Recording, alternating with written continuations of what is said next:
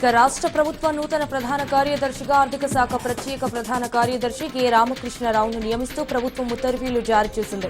ఆర్థిక శాఖ పదవిలోనూ ఆయననే అదనపు బాధ్యతలతో కొనసాగిస్తున్నట్లు తెలిపింది. సీఎం రేవంత్ రెడ్డిని నూతన సీఎస్ గా నియమితులైన రామకృష్ణరావు మర్యాదపూర్వకంగా కలిశారు.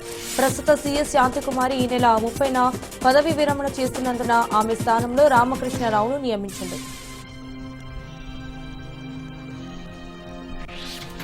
కాంగ్రెస్ సీనియర్ నేత జానారెడ్డితో సీఎం రేవంత్ రెడ్డి భేటీ అయ్యారు. జానారెడ్డి ఇంటికి వెళ్లిన ముఖ్యమంత్రి రేవంత్ పలు అంశాలపై ఆయనతో చర్చించినట్లు తెలుస్తోంది. ప్రధానంగా ఆపరేషన్ కగార్, మావోయిస్టులు కోరిన శాంతి చర్చలు, కాల్పుల విరమణ తదితర అంశాలపై జానారెడ్డితో రేవంత్ రెడ్డి చర్చిస్తున్నట్లు సమాచారం. కాగా ఇదే అంశంపై నిన్న సీఎం రేవంత్ తో పీస్ కమిటీ చర్చలు జరిపింది. ఈ నేపథ్యంలోనే రేవంత్ జానారెడ్డి ఇంటికి వెళ్లినట్లు తెలుస్తోంది. అదేవిధంగా కాల్పుల విరమణ, శాంతి చర్చల అంశంపై జానారెడ్డి సలహాలు తీసుకుంటున్నానన్నారు సీఎం రేవంత్.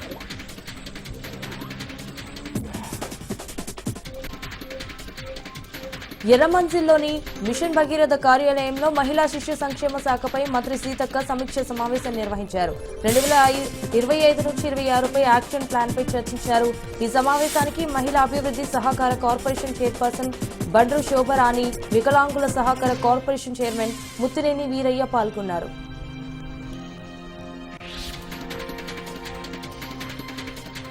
అంబేద్కర్ కోనసీమ జిల్లా సఖినేటిపల్లిలో శ్రీలక్ష్మీ నరసింహస్వామి వారిని పశ్చిమ గోదావరి జిల్లా నర్సాపురం ఎమ్మెల్యే బొమ్మిడి నాయకర్ దర్శించుకున్నారు. వారికి ఆలయ అర్చకులు ఆలయ మర్యాదలతో ఘనంగా స్వాగతం పలికారు. స్వామివారికి ప్రత్యేక పూజలు నిర్వహించి మొక్కులు చెల్లించుకున్నారు.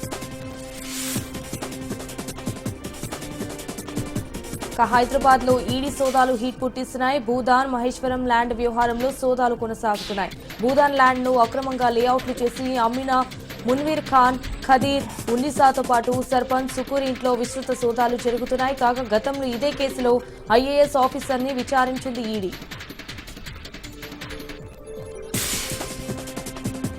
గుంటూరు నగర పాలక సంస్థ మేయర్ ఎన్నిక ప్రక్రియ కొనసాగుతోంది. కూటమి అభ్యర్థిగా కోవెలమూడి రవీంద్ర, వైసీపీ నుండి బరిలో అచ్చాల వెంకటరెడ్డి బరిలో ఉన్నారు. ఎన్నికకు అధికారులు ఏర్పాట్లు పూర్తి చేశారు. మొత్తం 63 మంది సభ్యులు కాగా 32 మంది ఉంటేనే కోరం ఉండనుంది. అందుకే ఎన్నిక ప్రక్రియను నిర్వహిస్తారు. 32 మంది లేకుంటే మరుసటి రోజుకు వాయిదా పడే అవకాశం ఉంది. ఇక మేయర్ పీఠం తమదేనంటూ కూటమి నేతలు ధీమా వ్యక్తం చేస్తున్నారు.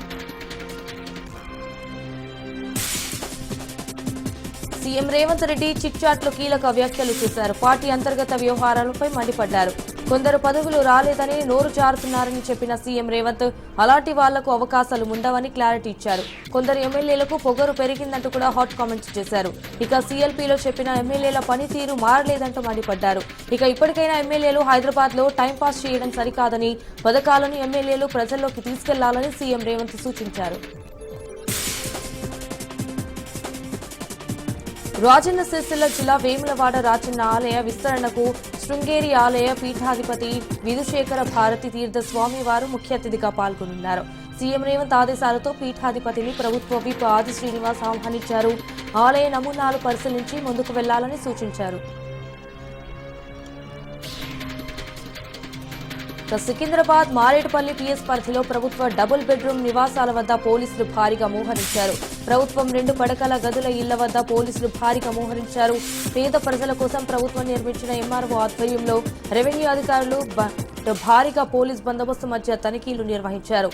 డీసీపీ సాధన రష్మి ఆదేశాలతో 2 ఏసీపీల ఆధ్వర్యంలో బందోబస్తు ఏర్పాటు చేశారు. బయటి వ్యక్తులు లోపలికి వెళ్లకుండా బారికేడ్లు ఏర్పాటు చేశారు.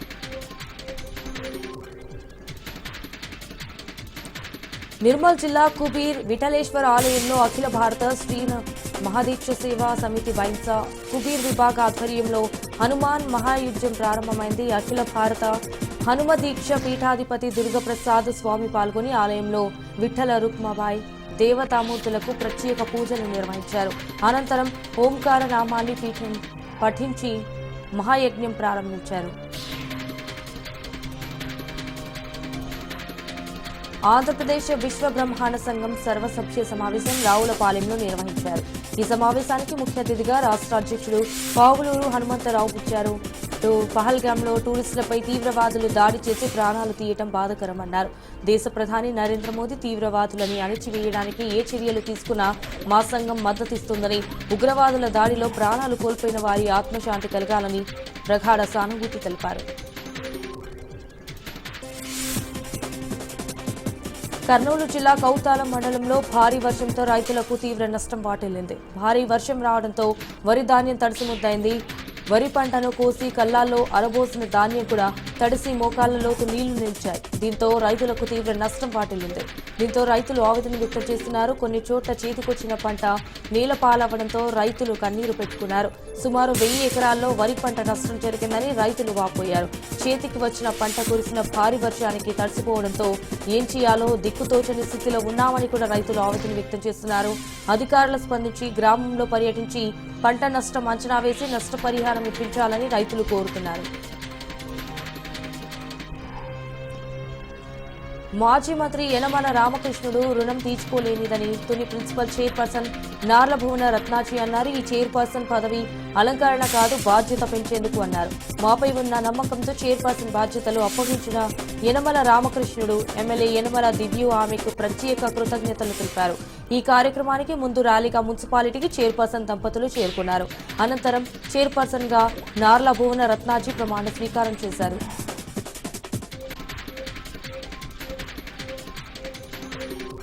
చిత్తూరు జిల్లా కుప్పంలో పండుగ వాతావరణం నెలకొంది. కుప్పం మున్సిపల్ చైర్మన్ గా టీడీపీ తరపున సెల్వరాజు ఎన్నికయ్యారు. ఈ సందర్భంగా మున్సిపల్ ఎన్నికకు సహకరించిన కౌన్సిలర్లకు ధన్యవాదాలు తెలిపారు. కొన్ని వార్డుల్లో ఎన్నికలు నిర్వహించేందుకు వైసీపీ అడ్డుకుందని ఆగ్రహం వ్యక్తం చేశారు.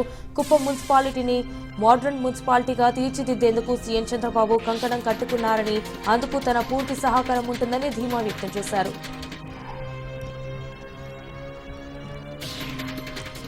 తెలంగాణను డ్రగ్స్ ఫ్రీ రాష్ట్రంగా మార్చేందుకు పూర్తి ప్రయత్నాలు జరుగుతున్నాయని ఎక్సైజ్ అధికారి కమలాసన్ రెడ్డి అన్నారు. ఇప్పటికే ధూల్పేట్ ను 95% గంజాయి ఫ్రీగా మార్చామన్నారు.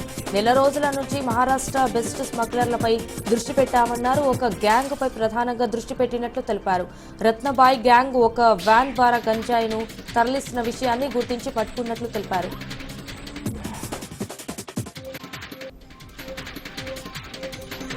తెలంగాణ ఛత్తీస్గఢ్ సరిహద్దులోని కర్రెగుట్టలోకి ఆపరేషన్ కగార్ పేరుతో వేలాదిగా పోలీస్ బలగాలు జరుపుతున్నట్లు ఆ కాల్పులను వెంటనే ఆపేయాలని పిఎస్ కమిటీ కోరింది. కర్రెగుట్టలోని కాల్పులకు నిరసనగా ఉస్మానియా యూనివర్సిటీలో ప్రోగ్రెస్ స్టూడెంట్ యూనియన్ ఆధ్వర్యంలో నిరసన ర్యాలీ చేపట్టారు.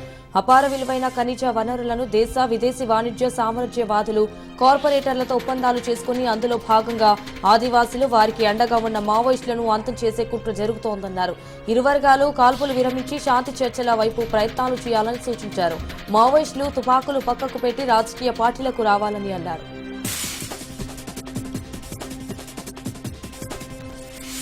జగిత్యాల జిల్లా పెగడపల్లి ఎస్ఐపై సస్పెన్షన్ వేటు పడింది. ఓ కేసు విచారణలో జాప్యంతో పాటు నిర్లక్ష్యం చేశాడని ఆరోపణలతో ఉన్నతాధికారుల నివేదిక ప్రకారం రవికిరణ్ ను సస్పెండ్ చేశారు. రవికిరణ్ ను సస్పెండ్ చేస్తూ మల్టీజోన్ ఐజీ ఉత్తర్వులు జారీ చేశారు.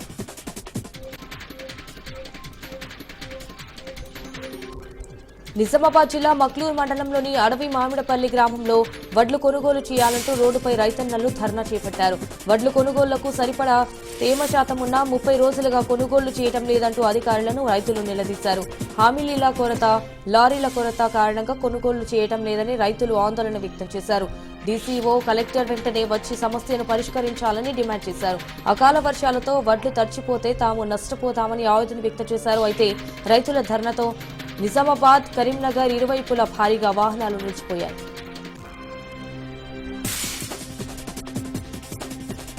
భద్రాద్రి కొత్తగూడెం జిల్లాలో ఇందిరమ్మ ఇల్లు ఇవ్వాలని వెన్నెల నగర్ కాలనీ వాసులు కొత్తగూడెం మున్సిపాలిటీ కార్యాలయం ఎదుట ధర్నాకు దిగారు. అర్హులైన వారికి ఇందిరమ్మ ఇల్లు కేటాయించాలని డిమాండ్ చేశారు. ఇందిరమ్మ ఇళ్ల కేటాయింపులో స్థానిక మాజీ కౌన్సిలర్లు చేతివాటం చూయిస్తూ మోసాలకు పాల్పడుతున్నారని ఆగ్రహం వ్యక్తం చేశారు. అనర్హులకు ఇల్లు కేటాయింపు జరిగితే చూస్తూ ఊరుకోమన్నారు. ఎవరికి ఎన్ని ఇల్లు, ఏ వార్డులకు కేటాయించారో డిస్ప్లే బోర్డులు ఏర్పాటు చేయాలని డిమాండ్ చేశారు. ఆసిఫాబాద్ జిల్లాలోని అటవీశాఖ కార్యాలయం ఎదుట నాయకపూడి గ్రామస్తులు బైఠాయించారు. నోళ్లు మూసుకుని వినూత్న రీతిలో నిరసనకు దిగారు. తమ గ్రామానికి ఎన్నో ఏళ్ల నుంచి కరెంటు లేక ఇబ్బందులకు గురవుతున్నామన్నారు.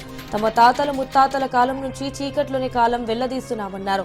అధికారుల చుట్టూ, కార్యాలయాల చుట్టూ తిరిగి వినతి పత్రాలు ఇచ్చినప్పటికీ ఎలాంటి చర్యలు తీసుకోవడం లేదని ఆవేదన వ్యక్తం చేశారు.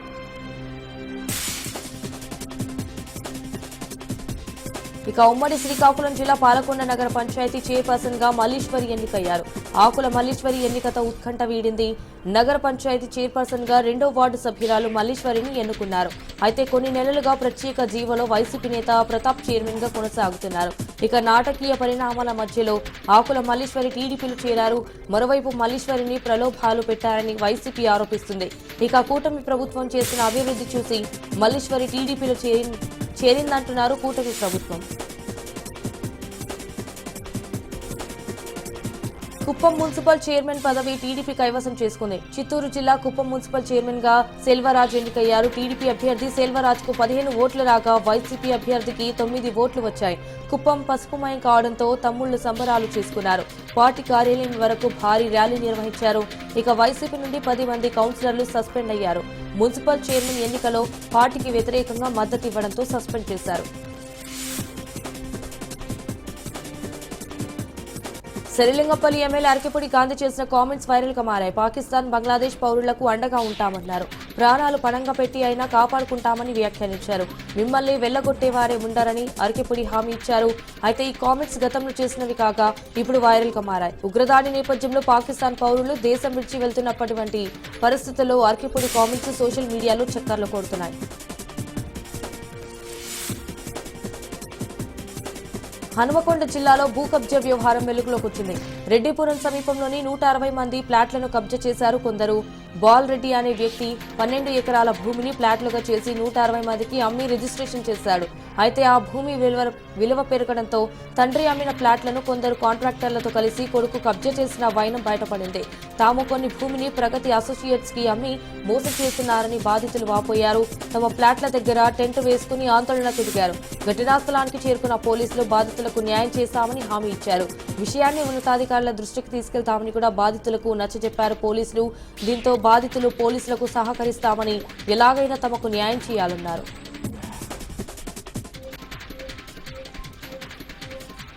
అన్నమయ్య జిల్లా మదనపల్లెలో 5 మంది పాకిస్తానీయులను ఉన్నట్లు పోలీసులు గుర్తించారు. ఇండియన్ ఎంబసీ సమాచారంతో ఒకే కుటుంబానికి చెందిన 5గురు మదనపల్లెలో ఉంటున్నట్లు పోలీసులు గుర్తించారు. గులాబ్ జామ్ అనే మహిళ సౌదీలో పాకిస్తాన్ కు చెందిన వ్యక్తిని పెళ్లి చేసుకుంది.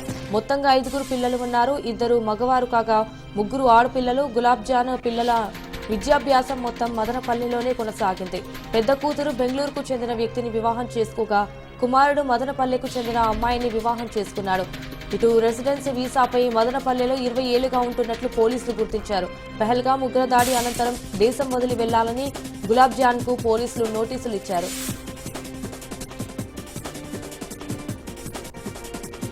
మావోయిస్టుల కోసం బలగాలు జల్లెడ పడుతున్నాయి. కర్రెగుట్టపై బాంబులు వర్షం కురిపిస్తున్నాయి. హెలికాప్టర్లతో భద్రతా బలగాలు కాల్పులు జరుపుతున్నట్లుగా తెలుస్తోంది. భారీ సంఖ్యలో మావోయిస్టులు హతమైనట్లు సమాచారం అందుతోంది. ఎండ తీవ్రతతో పలువురు జవాన్లు అస్వస్థతకు గురికాగా గత కొన్ని రోజులుగా కర్రెగుట్టను బలగాలు చుట్టుముట్టాయి. కర్రెగుట్టలో ఎక్కువ గుహాలు ఉండడంతో మావోయిస్టులను గుర్తించడం బలగాలకు సవాల్గా మారింది. దీంతో అణువణువును బలగాలు జల్లెడ పడుతున్నాయి.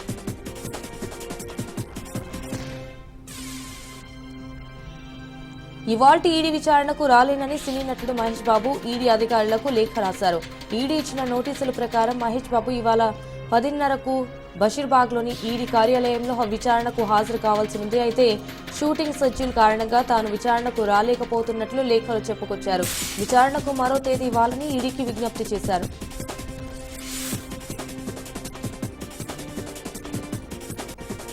తెలంగాణలో పలువురు ఐఏఎస్, ఐపీఎస్లకు షాక్ ఇచ్చింది ఈడీ. భూదాన్ భూముల అక్రమాల్లో 28 మంది సీనియర్ అధికారులపై ఆరోపణలు వచ్చాయి. దీంతో ఈడీ రంగంలోకి దిగింది. నాగారంలో సర్వే నంబర్ 182, 194, 195లో భూదాన్ భూములను అక్రమంగా లేఅవుట్ చేసి అమ్మినట్లు నిర్ధారించారు. దీంతో మునావర్ ఖాన్, ఖదీర్ ఉన్నీసా, సర్పానా సుఖర్ ఇళ్లపై సోదాలు చేశారు.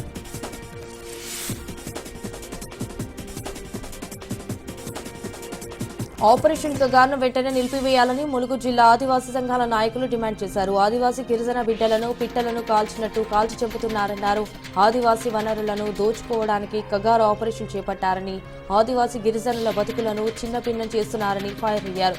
అడవుల్లో మోహరించిన బలగాలు వెంటనే వెనక్కి రప్పించాలని డిమాండ్ చేశారు.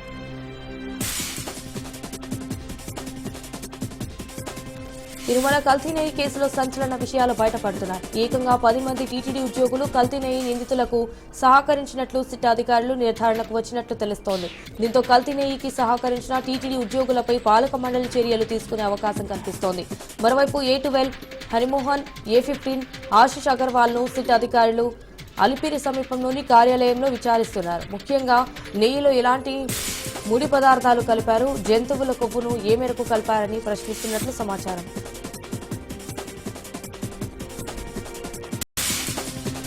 ఇక తిరుపతి జిల్లా శ్రీకాళహస్తి తహసీల్దార్ కార్యాలయంలో ఏసీబీ దాడులు చేపట్టారు. ఏసీబీ అధికారి విమల కుమారి ఆధ్వర్యంలో సోదాలు నిర్వహించారు. మండల సర్వేయర్ పురుషోత్తం రైతు నుంచి 25,000 లంచం తీసుకుంటూ ఏసీబీకి రెడ్ హ్యాండెడ్ గా చిక్కాడు.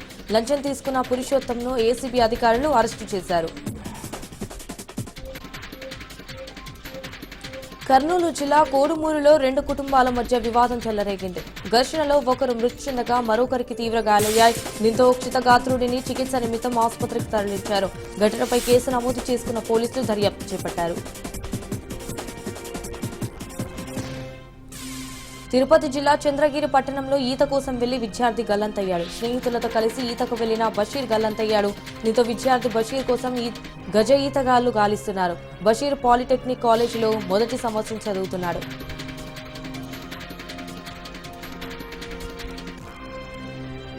కర్నూలు జిల్లా గుంతకల్లు రైల్వే వంతెనపై కాంగ్రెస్ నేత లక్ష్మీనారాయణను గుర్తు తెలియని దుండగులు హతముంచారు.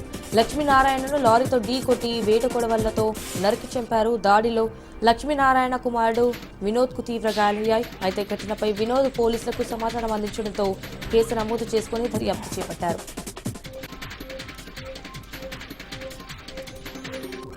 అన్నమయ్య జిల్లా రైల్వే కోడూరులో ఘోర రోడ్డు ప్రమాదం చోటు చేసుకుంది. లారీ ఆటో ఢీకొనడంతో 4గురికి తీవ్ర గాయాలయ్యాయి. గాయపడిన క్షతగాత్రులను రైల్వే కోడూరు ప్రభుత్వ ఆసుపత్రికి తరలించారు. మేడ్చల్ ఎక్సైజ్ పోలీసులు భారీ గంజాయి స్వాధీనం చేసుకున్నారు. మినీ ట్రాక్ లో భారీగా గంజాయి తరలిస్తున్నారని పక్క సమాచారంతో ఆక్సిజన్ పార్క్ వద్ద ఎక్సైజ్ పోలీసులు తనిఖీలు చేపట్టారు.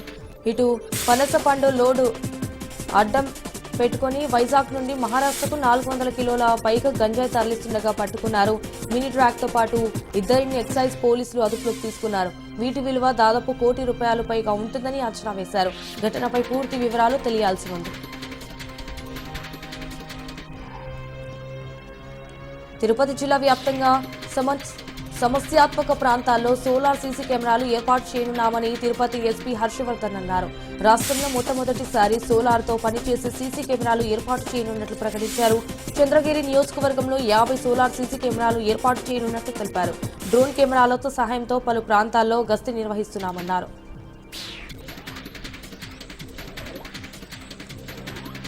కర్నూలు జిల్లా కౌతారం వద్ద విషాదం చోటు చేసుకుంది. మధ్యాహ్నం 3 గంటల సమయంలో ఉరుముల మెరుపులతో పిడుగుపడి 2 ప్రాణాలు కోల్పోయారు. మరో 2కి తీవ్ర గాయాలయ్యాయి. మృతి చెందిన వారు 2లో ఒకరు తలారి బాలయ్య, మరొకరు అశోక్ గా గుర్తించారు. క్షతగాత్రులను స్థానికులు హుటాహుటిన ఆదోని ప్రభుత్వ ఆసుపత్రికి తరలించారు.